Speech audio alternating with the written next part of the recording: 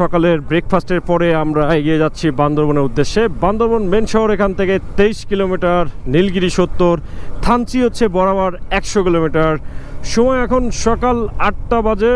রুমা এখান থেকে আরও 66 কিলোমিটার। সো আমাদেরকে অনেকটা পথ পাড়ি দিতে হবে।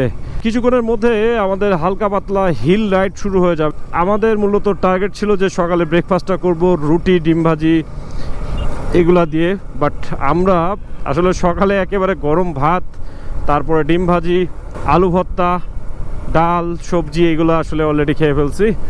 সামনে মসজিদ আছে। সো মোটামুটি একেবারে খাওয়া দাওয়া ফুল লোডেড বলা যায়।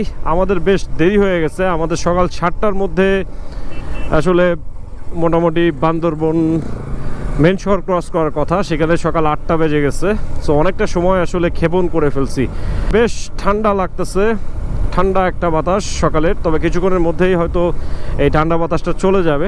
খুব চমৎকার একটা ওয়েদার, চমৎকার একটা ফিল কাজ করতেছে যে একসাথে টোটাল 7টা বাইক আমরা বান্দরবনে ঢুকতেছি। বাম পাশে এখানে কোথাও যেন একটা লেক আছে বামে, খুব সম্ভবত সামনে হয়তো।